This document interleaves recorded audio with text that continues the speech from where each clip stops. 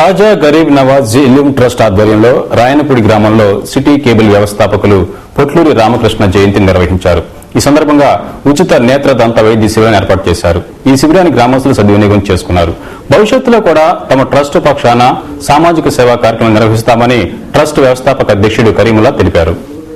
గుంటూరు జిల్లా రాయపూడి గ్రామంలో ఖాజా గరీబ్ నవాబ్ ఇల్యూమ్ ట్రస్ట్ ఆధ్వర్యంలో ఉచిత వైద్య శిబిరాన్ని ఏర్పాటు చేశారు.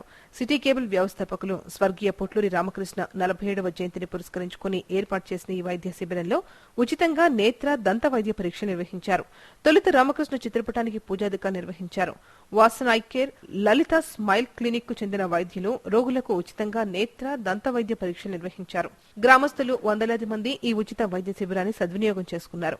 ఈ సందర్భంగా ట్రస్ట్ చైర్మన్ కరీముల్లా మాట్లాడుతూ తమ ట్రస్ట్ పక్షాన మరిన్ని సామాజిక సేవా కార్యక్రమాలు నిర్వహిస్తామన్నారు.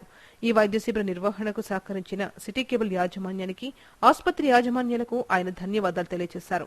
సిటీ కేబుల్ వ్యవస్థాపకులు స్వర్గీయ శ్రీ పొట్లూరి రామకృష్ణ గారి 47వ జయంతిని పురస్కరించుకుని రాయపూడి గ్రామంలో ఖాజా గరీబ్ నవాజ్ ఇల్యూమ్ ట్రస్ట్, కేజీ ఇల్యూమ్ ట్రస్ట్ ద్వారా ఈ ప్రజా ఉపయోగకర పని ఏదో ఒకటి చేయాలనుకుని మేము తలచి ఆయన జయంతి సందర్భంగా వాసన్ ఐ కేర్ వారి ద్వారా కంటి వైద్య నిపుణులతో ఇక్కడ ఉచిత కంటి వైద్య శిబిరం, డెంటల్ వారి ద్వారా దంత వైద్య శిబిరం కూడా నిర్వహించాం.